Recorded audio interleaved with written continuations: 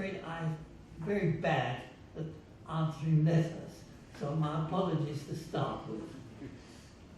First of all, I'm going to speak about Germany between the wars. It's a memory of my personal experience. Being fairly old now, I've lived through quite a period which you may find quite interesting. From my point of view, it was a traumatic period, but it's nevertheless quite interesting indeed. It started with the First World War, and the First World War was the most dramatic catastrophe for all nations. There were hardly any families who were spared tragic losses. Brothers, sisters, brothers, fathers, sons were lost. A lot of men died in that war, quite tragically. There was bitter fighting in the trenches, which went on for 4 years without any sides making any success at all. It was just a slaughter. The First World War is something which was a very sad period.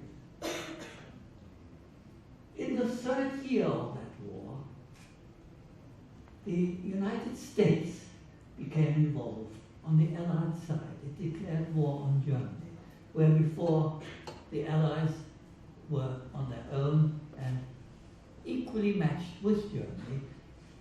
The United States, coming into the war, turned the scales and defeated Germany finally in 1918.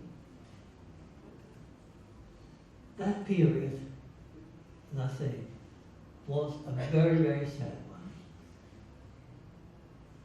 As far as trench warfare is concerned, picture shows here a British troops leaving their trenches, going over the top, many of them never to return again.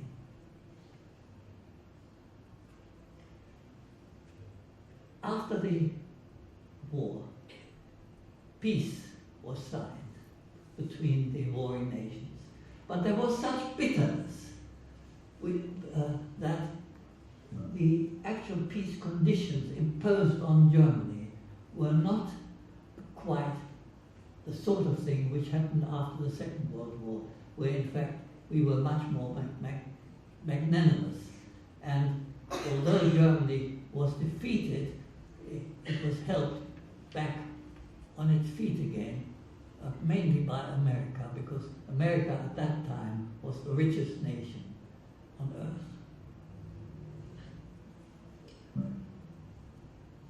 In Germany, the reparations which were demanded of it was the deportation of its industry, and any wealth which existed went to the Allies.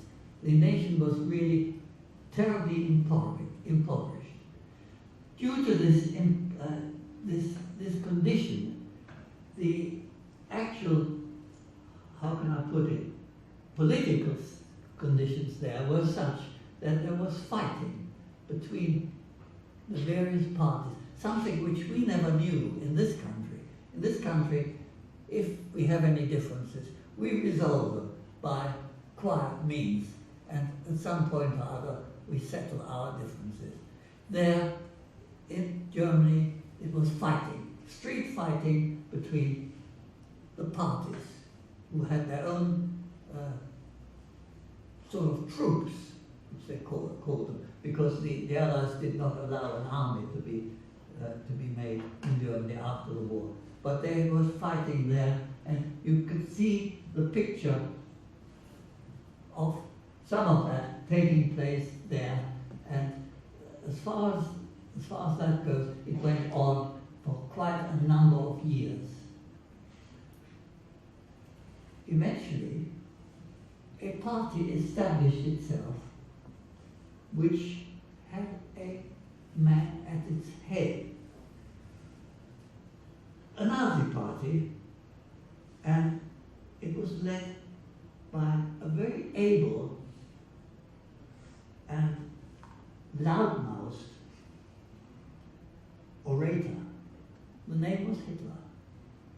You've all heard of him, but he was a person who inspired the nation by making promises, perhaps very similar to what some politicians even make here, but they make it quietly. They don't shout it. This man actually shouted it, and he caused a frenzy among his followers, which really and truly, how can I put it, tended to inflame them. He was a follower which, he was a man who blamed mainly Jews for the cause of the war. He said Jews were the ones who profited by it and caused the trouble. As far as that's concerned, there was always some anti-Semitism which stemmed from the Middle Ages in Europe, but never to the extent to which this man inflamed his followers. Jews were held to be nasty people, people to avoid. Don't speak to them. If you see them, push them about, beat them, do anything you like to them. They're not really the same as you and I. Unfortunately, he had a great following because besides this, he promised also to make Germany great again, a great nation which was going to stand up in the world as number one. His followers liked what they heard, because at that time Germany was on its feet, was on its knees, and he was going to put it on its feet again and make it a great nation. So consequently, his followers were very enthusiastic, and they took on the fact that Jews caused the trouble, but nevertheless Hitler and his followers would make the nations into a great state again, which it actually was before the First World War. Before the First World War, Germany was equal to England and France, except that it didn't have as many colonies. England was a very great nation. It was Great Britain. And Great Britain, if you look at the map of pre-war, was pink or red, which are the colour of the British influence over the world, and a lot of the continents were of that, a lot of parts of the continents were of that colour under British influence. And Germany was Hitler promised Germany would be even greater than that. And as I said, what people heard, they liked, and gradually his following increased. By blaming the Jews, he also, and his party, established a paper which, again, criticized Jews for all ills which happens in the world. I and my family were part of that community who were so described. And the Germans around us, though, had been our friends, and they continued to be our friends. The people who knew us did not think, well, you may be Jews, but you're not like them, not the way things are being described. But this paper put out more and more propaganda. This is the sort of pictures which were shown every day in the newspaper. And we were quite afraid that this party may eventually come into government. And in fact, In January 1933, the old president, which was then a president still of a democratic Germany, appointed Hitler as his chancellor. Chancellor means, in fact, prime minister. He didn't have a majority in parliament, but nevertheless he had a great many followers, and Hindenburg, who was the president, thought that he was forced to appoint somebody of strength to bring Germany back to its feet again. We had hoped, after so many elections which took place before that the Nazi party of which he was the head would not gain more and more seats, but they did. And I say, by January 1933, he was in fact the head of state. The first thing he did was to set fire to the parliament. Now, he doesn't admit that. He blames that on the communists. And what he did then was his greatest opposition were a communist party. And he arrested all communists who were, in fact, who he was able to imprison. And in that way, he established himself as the leader of the nation. By doing away with communism, which was the second largest party at that time, he established the Nazi Party as the leading party of the state. And he appointed himself the leader of the state. He called himself Führer, which means leader. Well, we were quite afraid of that because, as far as that's concerned, all our friends near us still associated with us as they did before. They came to a party in our house. We went to their weddings. They came to ours. We were friends, and consequently, they didn't take notice of the sort of things which were shown in front of them. But this didn't hold for very long. As far as that goes, it held just in the first year where I went to school.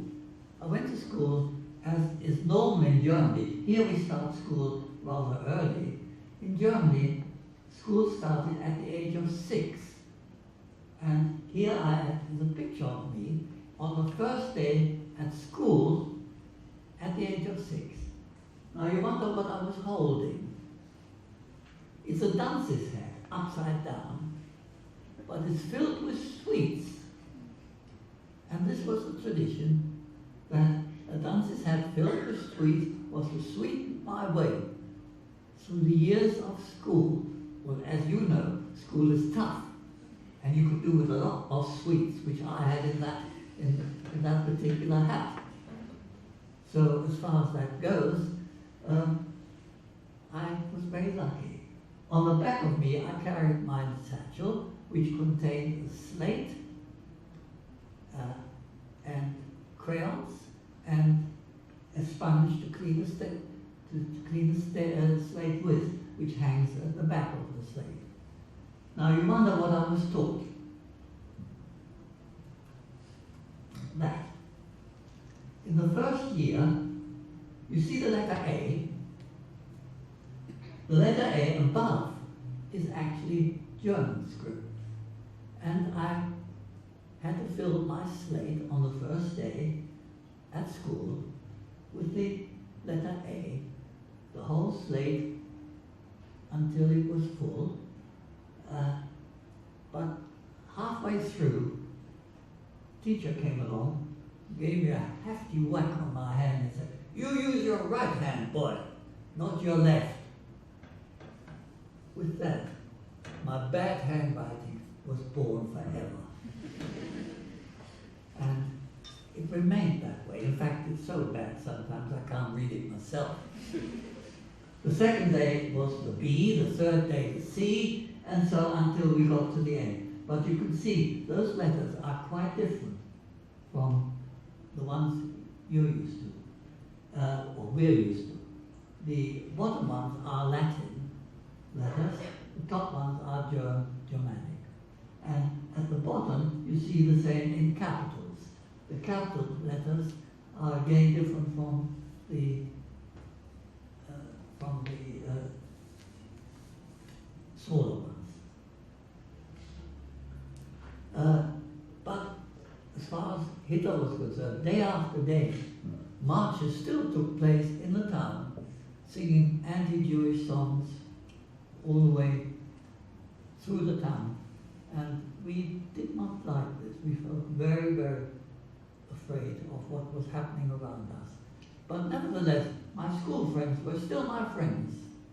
And as far as that goes, I went to school. I went to school. Oh, actually, my school days started in 1932. I should have said that, not after Hitler started. It was in 1932 I started school. And I made many, many friends. I went to school with them, I returned from school with them, and we played at school with them. But in 1933, things started to happen differently. Gradually, parents were encouraged to join the Nazi party, and they told their children, avoid the boy, and I was the only Jewish boy in the class. There weren't any others. Avoid him and don't play with him. And so one by one, my friends dropped off. I was lonely. But the hatred campaign went on and on and on. It had an influence on what was happening. Instead of just avoiding me, they started pushing me. And a little later, they started chasing me and hitting me. So I was waylaid on my way home by then, and I learned running very fast, by needs must. Actually, I became an athlete eventually in senior school. This hatred went on for a year. This was then 1934, a year later after I started, that's 2 years after I went into the junior school. The first year was happy, the second year became less and less, and it became really quite terrible. In fact, if a boy tripped me up in class and I complained, the teacher would say, what do you expect? You're a Jew. If somebody spilled ink over my work, I was told the same. So in 1934, a very, very good thing happened as far as I was concerned. In the town where I lived, which was Bonn, Germany, I think you all know, perhaps from geography, that Bonn at one time, after this war, was the capital of Germany. In Bonn, all Jewish children were expelled from school. I didn't mind that a thing. That was wonderful. I could no longer go to this horrible school any longer. And also, at the same time, or at around about that time, it happened that Hitler felt strong enough to send troops into the Rhineland where I lived. I lived in, Bonn was in the Rhineland, which was a demilitarized zone. No military was allowed in that part of the world. of Germany, the Rhineland was not allowed to be militarized, and it was under French rule, the same as we occupied Germany after this war, and so consequently it was quite nice not to have military there. But Hitler felt strong enough to one day send the troops across the Rhine into Germany. Oh, this we thought was marvelous. Now the Allies will do something about it. They're going to oust this chap. But nothing happened. Nothing happened at all. The British didn't do anything. The French didn't do anything. The Americans kept themselves to America. And so consequently, the Germans occupied the Rhineland, and the hatred towards us went on and on and on. Meanwhile, I was sent, as I couldn't go to school in Bonn any longer, I was sent to a boarding school in Cologne, a Jewish boarding school in Cologne. That was the only school, in fact, which was possible for Jewish people to go to who were expelled from school. And in fact, other people went there too. And I was in a dormitory with boys, and the first few nights there was crying in the dormitory, where boys were crying because they were no longer at home. They were not used to being away from home, but they were sent there because that was the only place their parents could send them to. So consequently, they did not feel very happy at the school.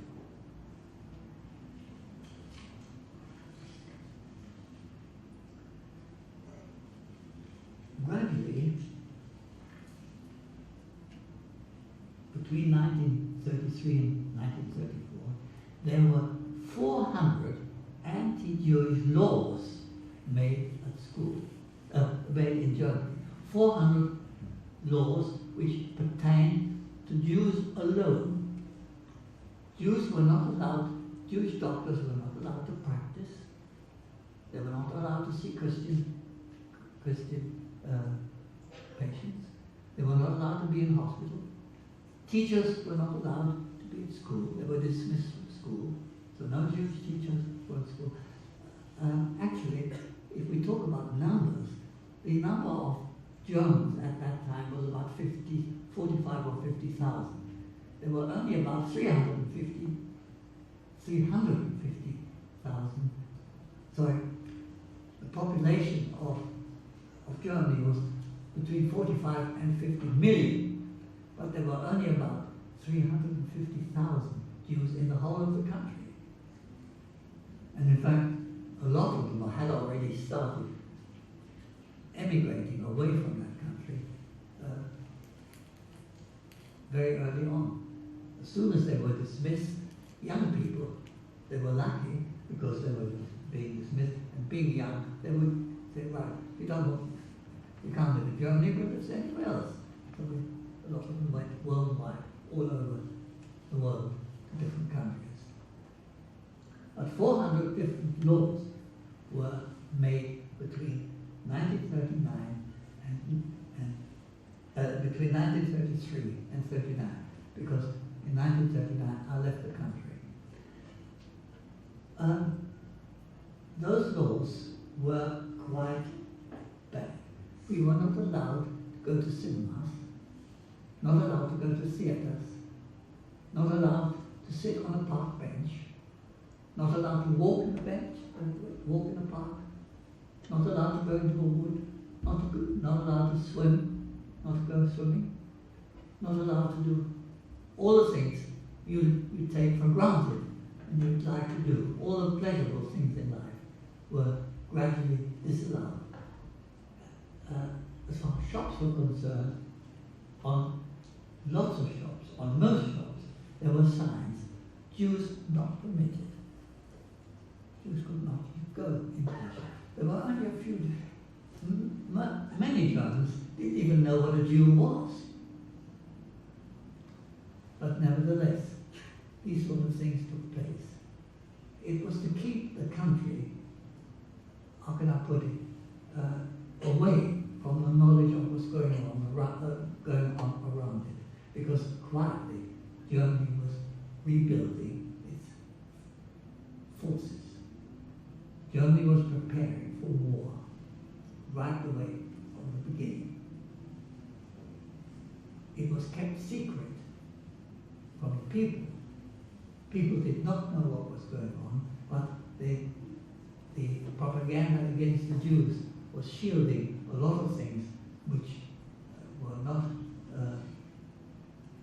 popularly to be made.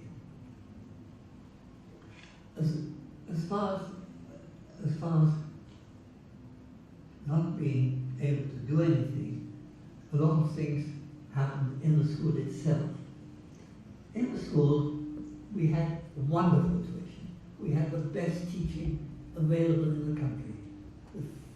The most foremost teachers were engaged in the school, and we had a wonderful education. I'll tell you about that a little later, or rather, I can tell you now that when I came to England, eventually, I was head and shoulders above most people present around me. And it was due to the fact that our education was so good. And in the school itself, in our spare time, we had a teacher who supervised us at woodwork, because we couldn't do anything outside the school building. It was inside the school building that we could only do any work whatsoever. And so I learned my woodwork at school.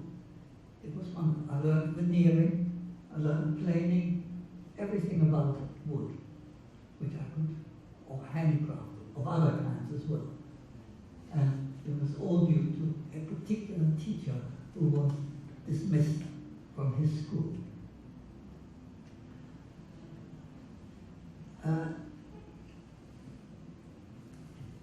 As far as that goes, though, unfortunately, the school was divided into two parts.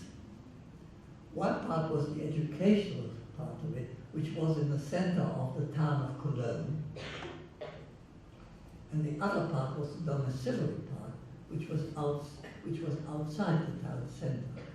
And so each day we had winter and summer to get from the domiciliary part of the school to the teaching part of the school, which was about a mile apart. But in that mile, we ran the gauntlet of the Hitler Youth. These were the people who we feared. We feared them because they attacked us. They attacked us because part of their uniform was also a sheath knife on their belt. I've got scars on the hand on my hand where I had to ward off the action of the field knives which were warded against us. But nevertheless, we did not walk alone, because walking alone would have been fatal, because we were just beaten up all the time. But we defended ourselves as good as we possibly could. But these people didn't look as nice as they look on the picture. They were really quite fearsome to us. In 1938, the year before I left the country, a terrible thing happened. A decree was passed that Jews who did not have German nationality were to leave the country. All Polish Jews, it pertained to Polish Jews.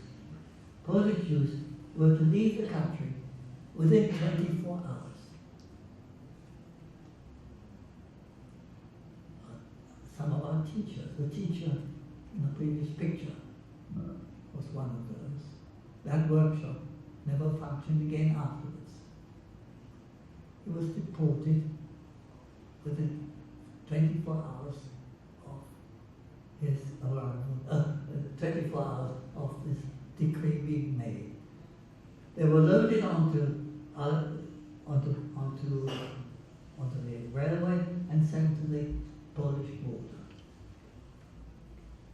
sad was the event of our party, of our school friends, of those who were of Polish origin, because the children of Polish parents did not receive German nationality, unlike in this country. If you're born in this country, you're British. I'm British because I'm naturalized. I want nothing to do with Germany.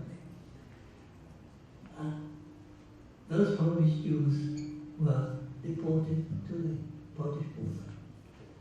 The Poles didn't want it. Between Poland and Germany is a part of the country where the border crossing is on one side, the German buildings on one side, and perhaps a few hundred meters away were the Polish border, were the Polish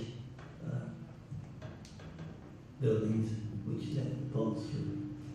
These people were chased back and forth between the two at gunpoint. A boy studying in France by the name of Greenspan heard from his parents what was happening to them.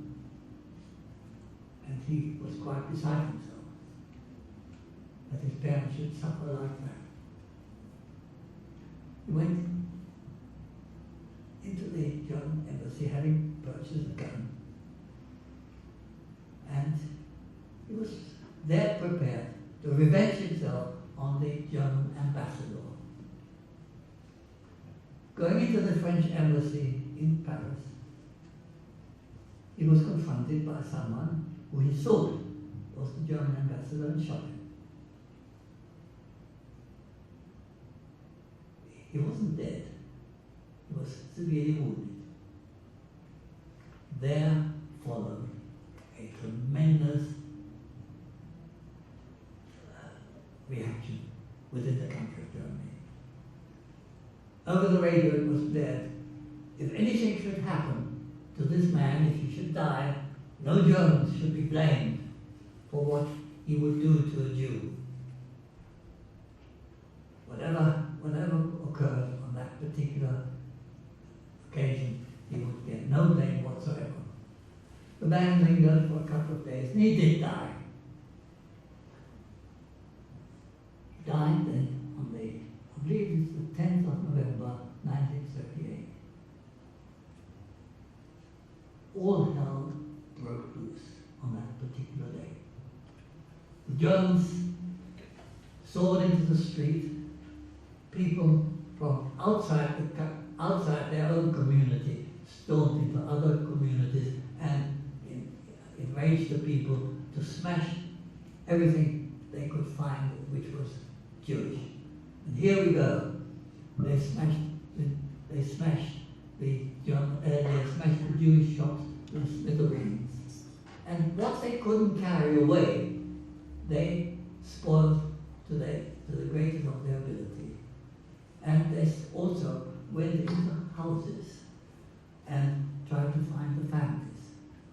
My grandmother and my aunt, who lived with her, an unmarried aunt, they were attacked and they were beaten, black and blue, to within an inch of their lives.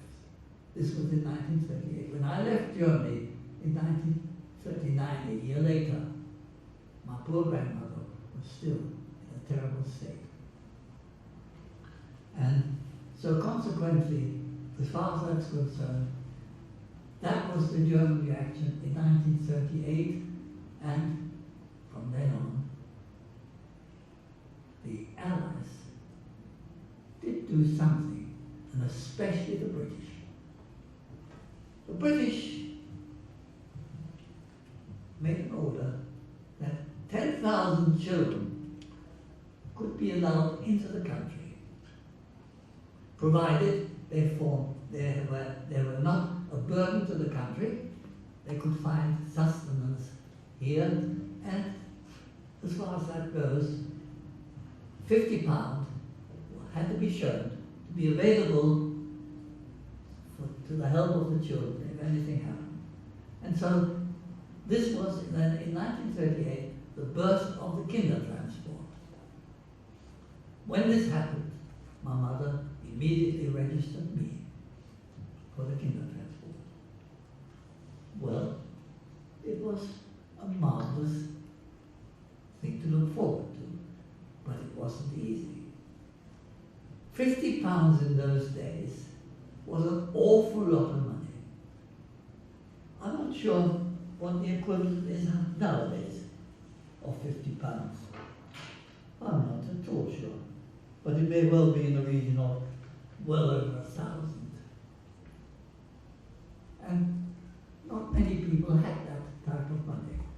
Nevertheless, a family was found which did sponsor me, and I was lucky enough to be on the list. Thereafter,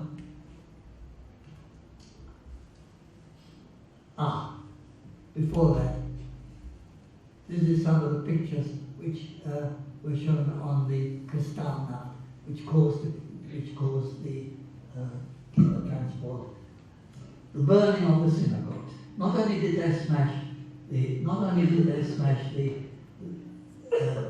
shops, but they also burned the synagogue. And here you see the Germans gloating while the burning went on. So they weren't very nice people to be among.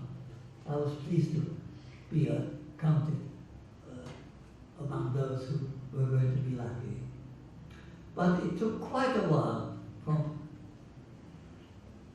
November 19 or December 1939, when I was registered, until I finally left, which was quite a long time.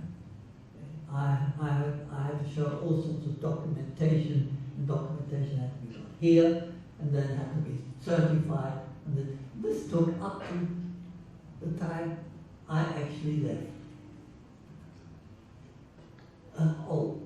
Going back to the night of the Holocaust of the 1938 period. After, not only did they then burn the synagogue, but they also arrested all men they could lay their hands on. All men were then marched off to police stations, and from police stations they were put to Dachau, which was the concentration camp.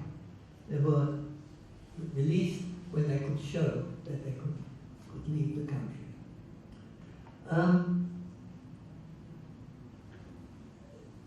The period was not a pleasant one for anyone. It was a very, very, very, very traumatic period. My own escape from the country was not until July 1939. In July 1939, at long last, I got the permission to leave the country and to enter England. And I was given a week in that time to make my preparation. My mother bought me all sorts of things which were thought useful in England. I arrived in England with clothes for all ages. I was only 13 at the time. I had quite a small boy. You saw my, I don't know what it is, here I am at school with them, but this was my passport photo, and I was quite a small boy at that time. And my mother bought me things until I was in the 20s.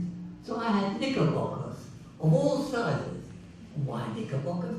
Because in the press, it showed the Prince of Wales always appeared in knickerbockers. But when I got to this country, of course, could I wear knickerbockers? No fear. Also, I came from a rather comfortable sort of climate into one which was, I was told, was going to be quite severe. So I got combinations with flaps at the back of my underwear. At school, could I put a thing down? Could I show a thing like that? No. So whatever I brought with me in my case was really not quite suitable for here. My journey to this country was also not all I could wish for. You see, nowadays, you get into a train, you enjoy yourself, or you go into a plane, you go and sit down and eat a meal and all sorts. My mother obviously gave me some sandwiches on the way for the journey. I went to the station. There wasn't a train yet. The train came from, actually, Austria, and it picked up various children on its way. And when it got to Cologne station, I thought, oh well, I would have quite a number of people with. I didn't know a soul, not one person. I came into a carriage of all strange children. They were as apprehensive as me. We began the journey on the train. Obviously, we knew we were going to go into freedom, but we weren't there yet. The train stopped again, and some more children got on in other carriages. In the other town, we stopped. And then we stopped again. This time, it was not for children, but stormtroopers came into the train and roughly handled us. We were searched bodily. Had my mother sewn anything into my clothes? I was shaking like a leaf, like everyone else. Nothing was found.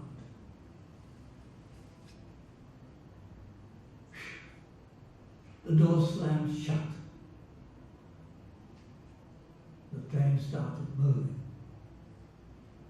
But it again stopped. Oh my God. Again it started stopping. This time, however, quite different.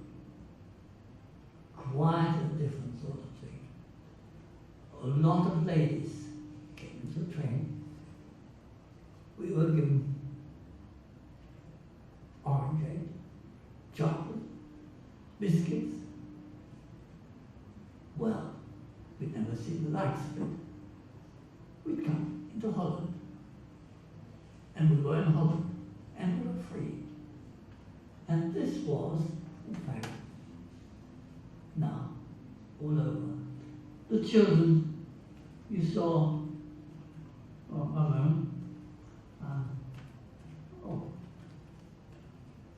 the children you saw at, where are they? Here.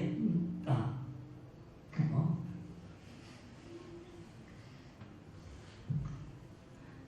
I think I need one of you down here. I like the previous one. The previous. The children here. This is one of the classes just before I left Germany. There's our teacher standing there, and just in front of the teacher, over a little to the left is me. That's mine. That's my picture in class. But I would never see those children again. In fact, they all were killed. They were murdered. We didn't actually find out much about this until after the war. That's another story. But I was never to see those children, and no one would ever see those children again.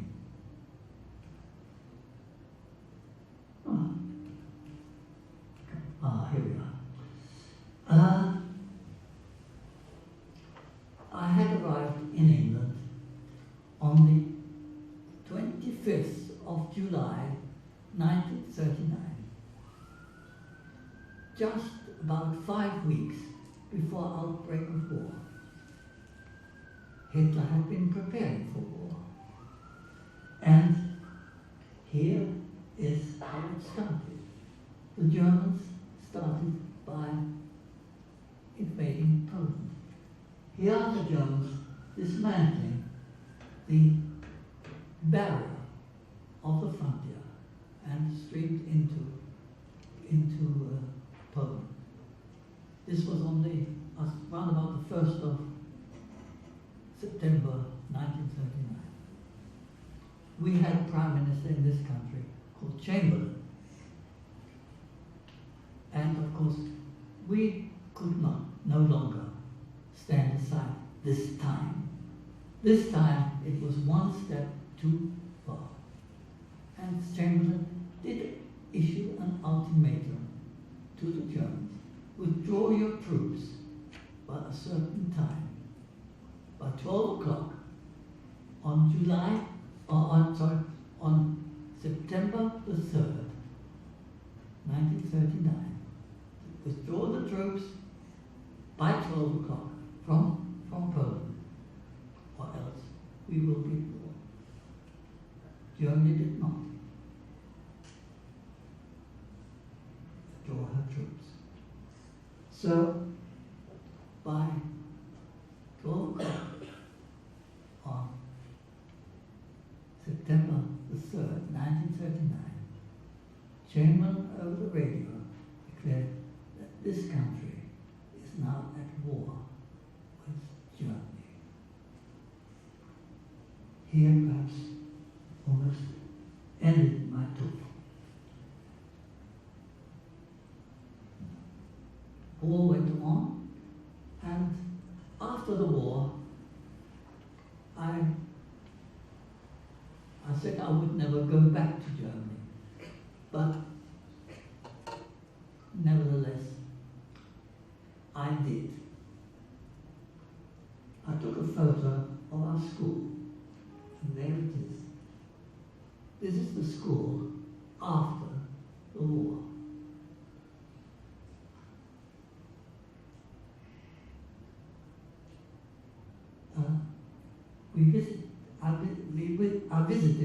We visited also the school I was expelled from. And here I am, in the school I was expelled from. I'm talking to the children in the class where I sat in 1932 to 1934, until I was expelled from it. And I was talking to the children in the school of various things which I experienced in that class. I must say that nowadays, of course, the generations of Germans are not the same as the ones I knew at that time. There are a